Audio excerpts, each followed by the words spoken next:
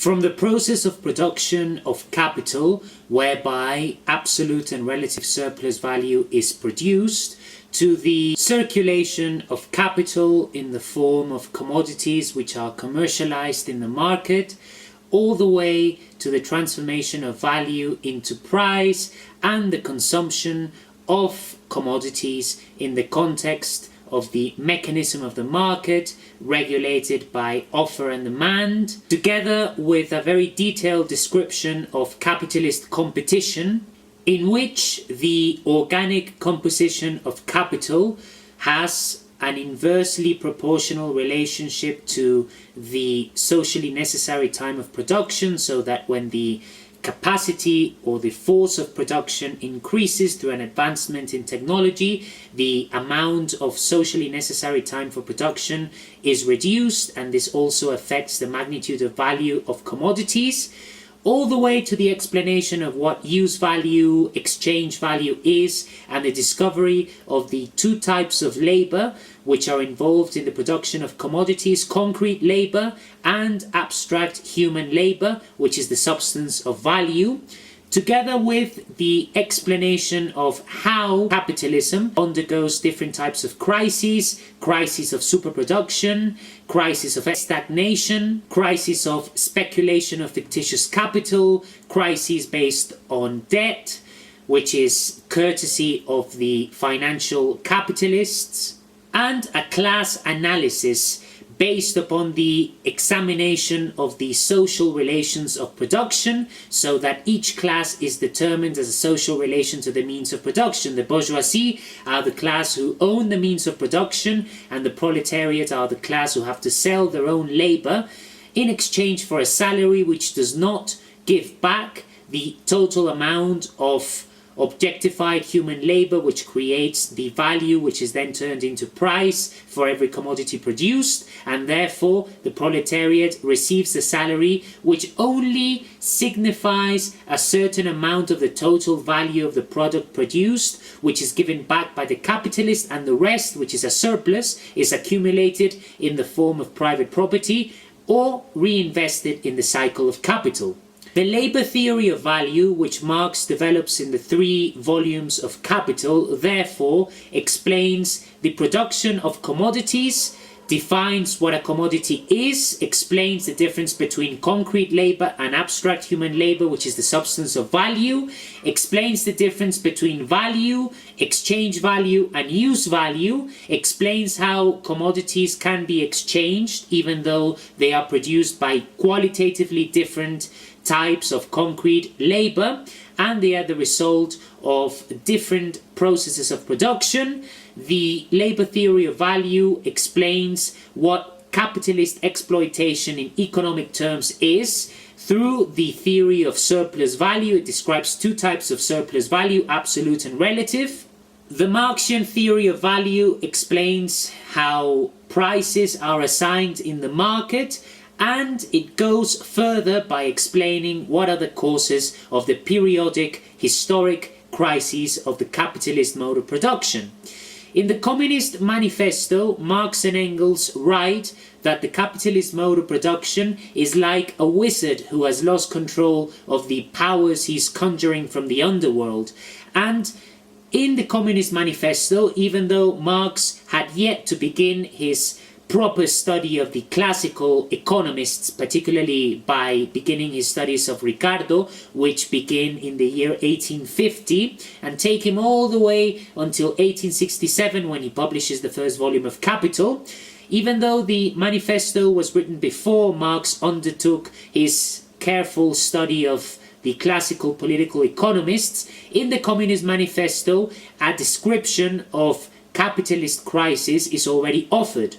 The crisis takes place when the forces of production develop to such a degree that more is produced than can be consumed. That is a crisis of superproduction, and thus capital stagnates. David Harvey describes the circulation of capital as an analogous process to the circulation of blood, so that when a crisis of superproduction takes place, if blood, that is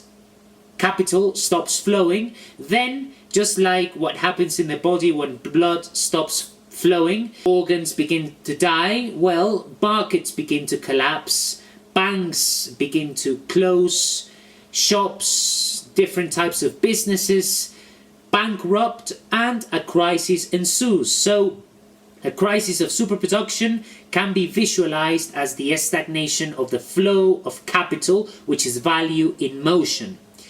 Marx explains that the social relations of production in capitalism give rise to two main classes, the bourgeoisie, who are the owners of the means of production, and the proletariat, but the class structure of capitalism is far more complex, and Marx himself, when he was analyzing the class struggle in France, he develops the idea of the lumpen proletariat, he develops the idea of different layers to the main classes which are the protagonists in the economic arena of the capitalist mode of production. So we can speak of petty bourgeoisie who own the means of production but don't produce in the same scale as the capitalists. We can also speak about the middle class, we can also speak about different layers of the proletariat.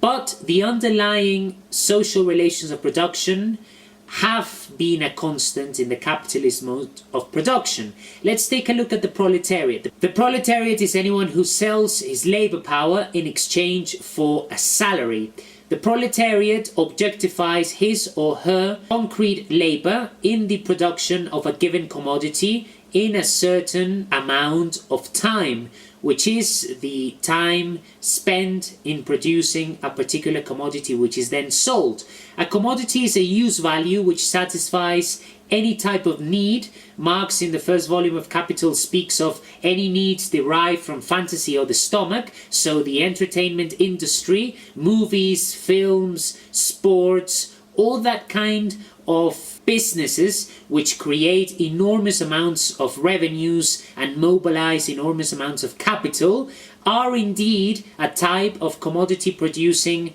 market, because the proletariat, in this case the musicians hired by certain industries, the actors or the athletes that generate value and produce capital in motion, are objectifying their concrete labor to produce a commodity, which is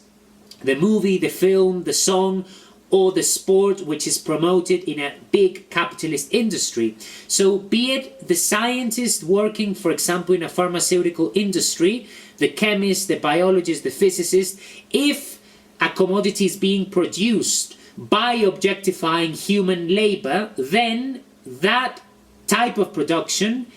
enters into the type of production which is examined, described in detail by the labor theory of value. So a proletariat, be it a chemist working in a pharmaceutical industry, be it an athlete in a type of sport that generates a lot of money, be it a worker in a factory, concrete human labor is turned into a commodity in a given amount of time, so normally 8 hours of work. In those 8 hours, the proletariat produces commodity X, let's call it X for the sake of example.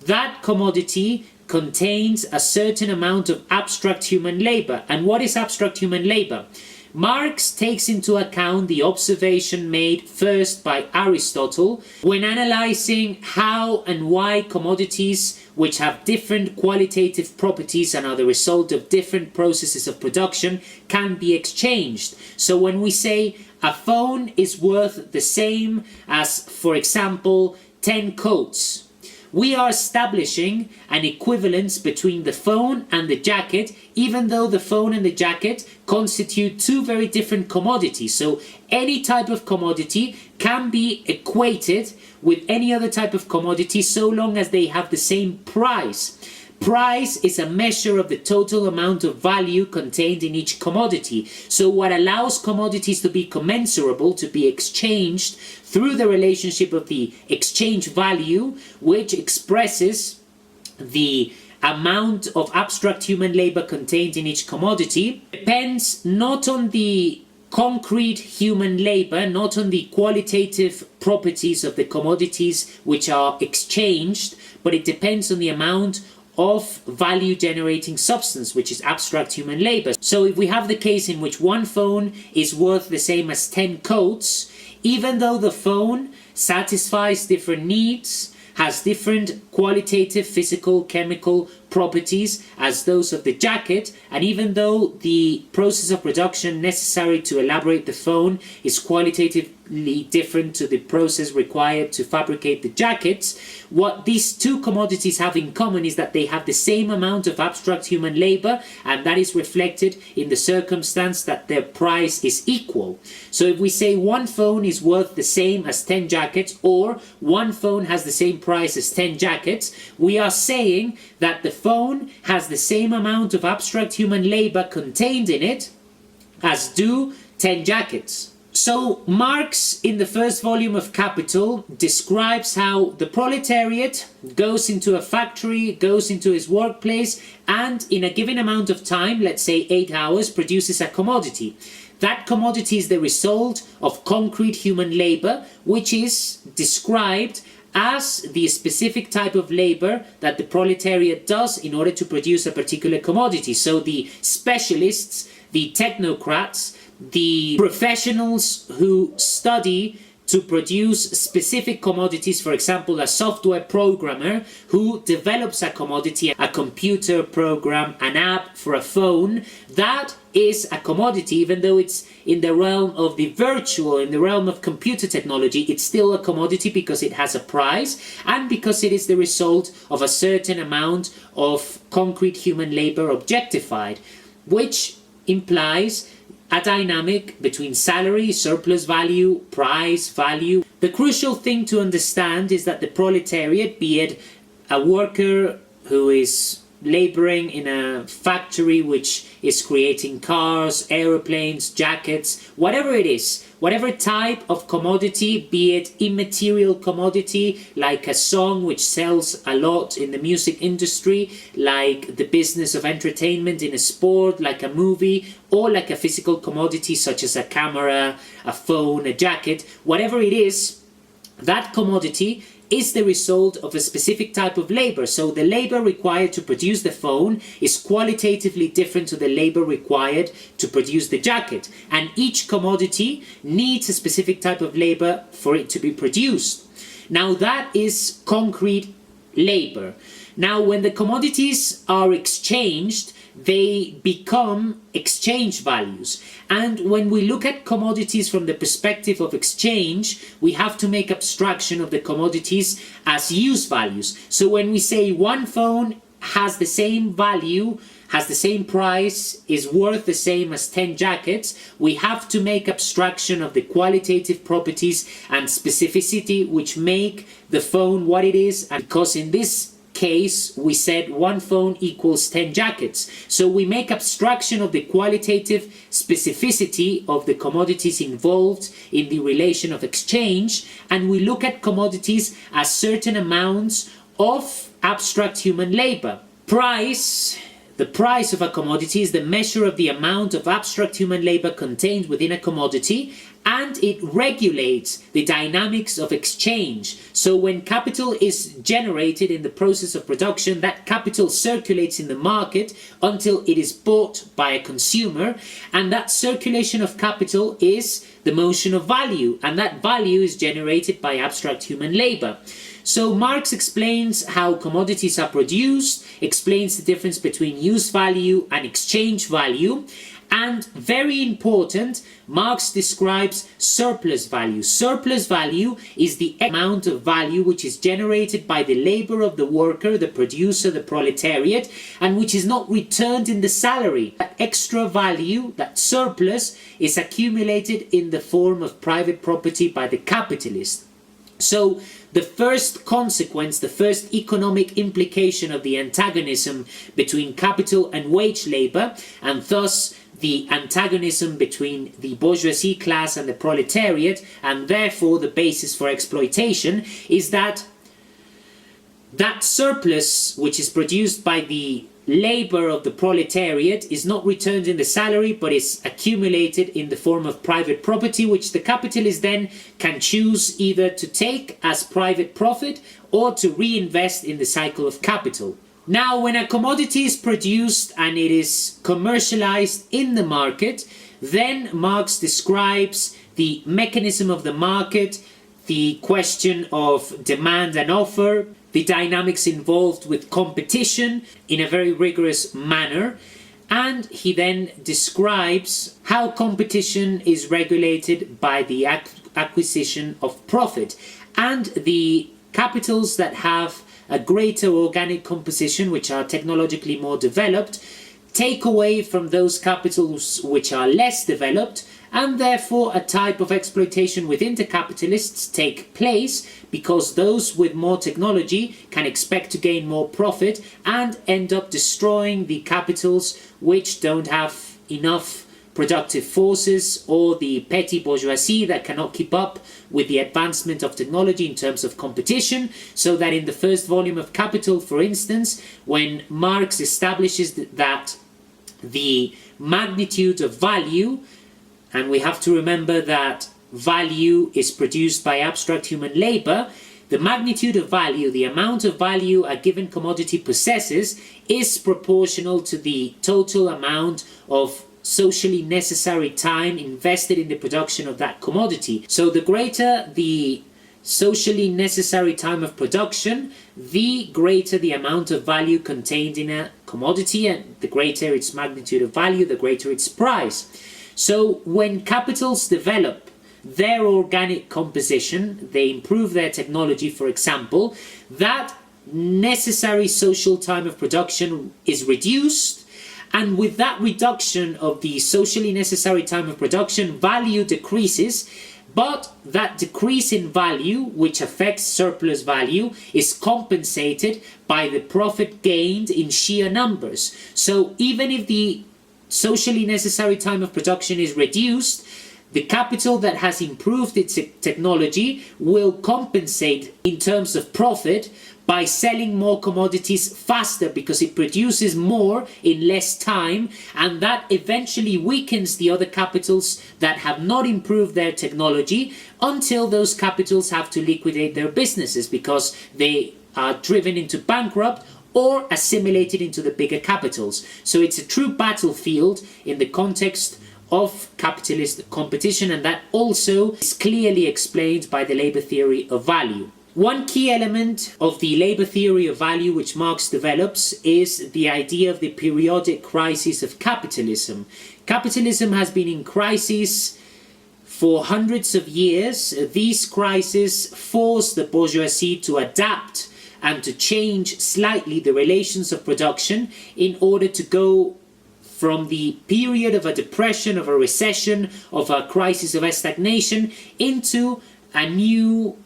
business proposal, into a new economic policy and dynamic that allows the reflow and the recirculation of capital. So in a crisis, capital is paralyzed. So the bourgeoisie have to find new ways to make that capital circulate again. In 2008, a worldwide crisis took place due not only to superproduction, but mainly due to the speculation of fictitious capital, which ended up generating bubbles of speculation that burst and caused important banks to go into bankrupt, and it forced the states to intervene in order to avoid the complete loss of important banks, using, of course, money gathered through taxes at the detriment of education and health, all with the effort to save those banks from collapsing, and at the cost of worse education, worse health, and of completely destroying the whole idea of the welfare state. Crises like this are built up before the crisis that ended the golden era of capitalism after the World War, forced the bourgeoisie to retreat, at least in the developed parts of the Western world, from the policies of state intervention derived from the economic theory of John Maynard Keynes, to try and invest in new liberal free markets. And the crisis of 2008 brought back the need for states to intervene whenever the banks screwed up. So the banks in capitalism behave like spoiled children who, as soon as they get into trouble, have to call their parents, their wealthy parents, so that they get them out of trouble. So the banks, when they speculated with fictitious capital, ended up causing a huge worldwide crisis, and the state, using tax money, rushed to save the banks. So these crises are going to take place. There is no fixed time for it to take place. We cannot say it's going to happen every 5 years, every 10 years, but these crises happen. That is a certainty. And when they happen, because of the interdependency of capitals, because of the nature of capitalist trade in the world market, because of how one economy of consumers depend on one economy of production, in the case, for example, of the relationship between the United States and China, those crises are going to cause greater and greater damage, evidenced in the loss of jobs, a higher rate of unemployment, a higher rate of desindustrialization because those forces of production are wasted, whole markets collapse, tax money is used to save banks and huge firms at the cost of decreasing the quality of health and education, people will lose their homes, and national debt will increase. So the labor theory of value offers a panoramic view of how capitalism functions. It not only explains capitalism generally, but it also goes into great detail, minute detail, of each stage in the cycle of capital, from the process of production of commodities to the circulation of capital in the market, to how crises happen, to the exploitation imminent to the process of production. Through the concept of surplus value, it explains class struggle, the antagonism between capital and wage labor.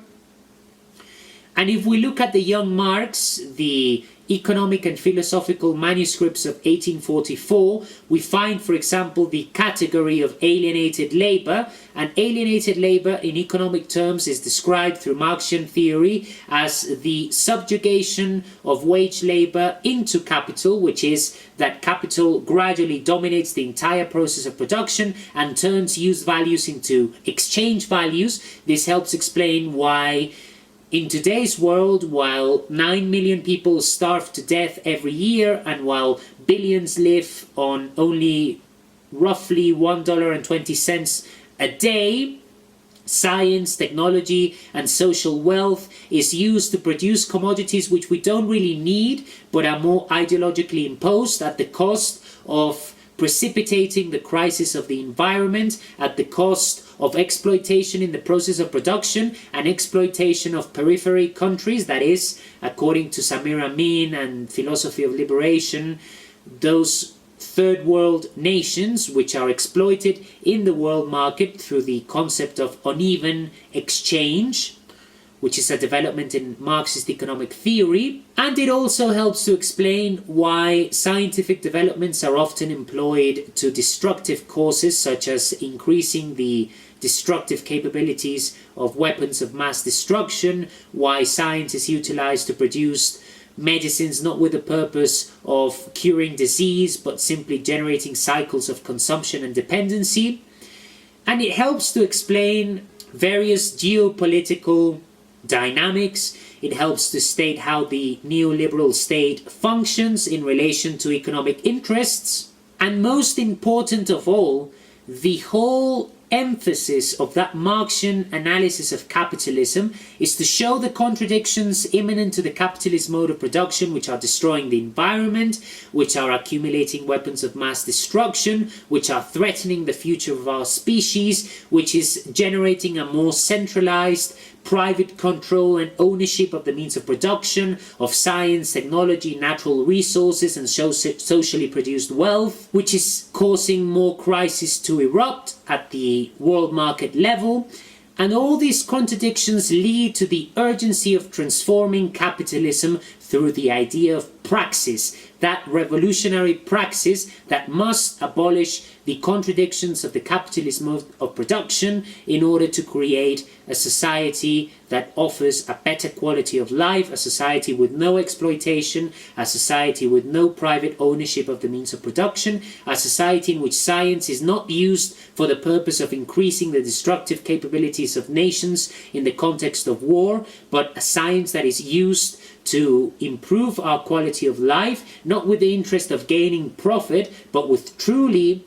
increasing our lifespan and trying to solve problems such as hunger, global warming, and all the different issues which threaten the future of our species. And these issues need to be solved scientifically. New ways of producing food without destroying millenary environments, new ways of producing energies which don't rely on non-reusable fuels, new ways to live on this planet without destroying the ozone layer, without consuming different resources at an unsustainable rate. And all of this can only be possible if the social relations of production are radically transformed. That is, if the anatomy of capitalism is abolished and a new type of economy is born based on different social relations of production.